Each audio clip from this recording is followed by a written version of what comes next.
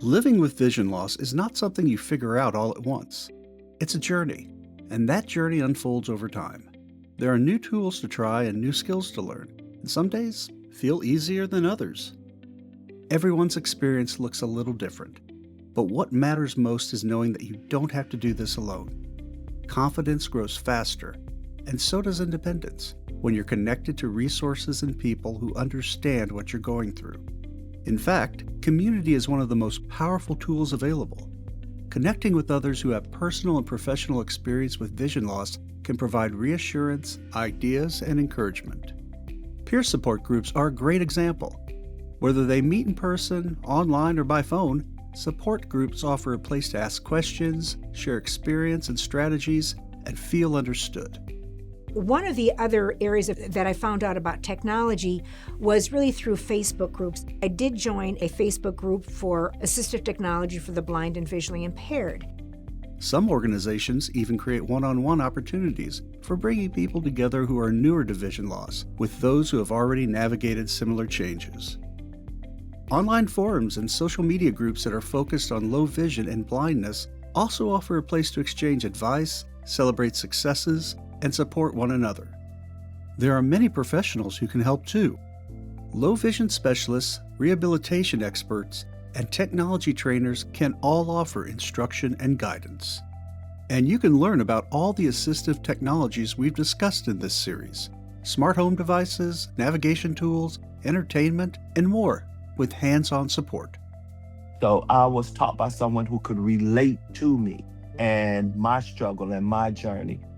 Everybody has something to offer, and it's up to me to figure out how to make use of whatever this service is or the agency, and figure out a way to advocate for myself to help other folks advocate for me. Working with a specialist, you can discover what might be helpful to you, how to choose among options, and how to use the tools that truly fit your needs.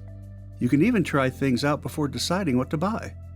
Training can happen in person or remotely, and you'll get personal guidance to fit your goals and daily routines.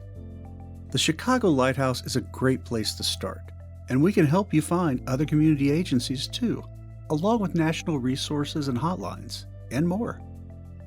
Online groups and email newsletters offer tips, product updates, and events, and there are social media pages and other online forums designed with accessibility in mind.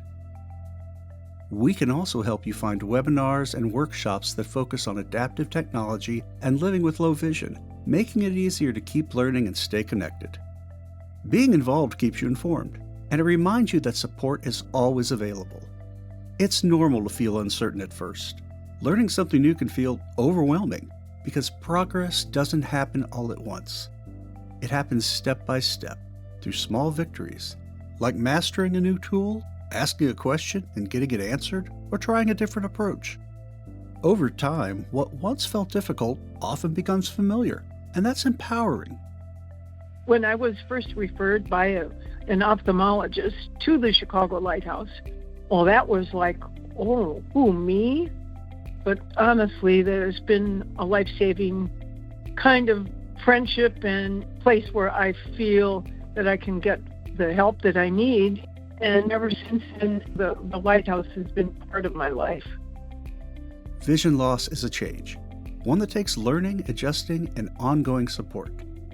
To learn more, visit www.mytoolsforliving.com or call the Chicago Lighthouse Tools for Living store at 1-800-919-3375. We're here to support you, learn with you, and walk alongside as you take the next steps towards independence, confidence, and connection.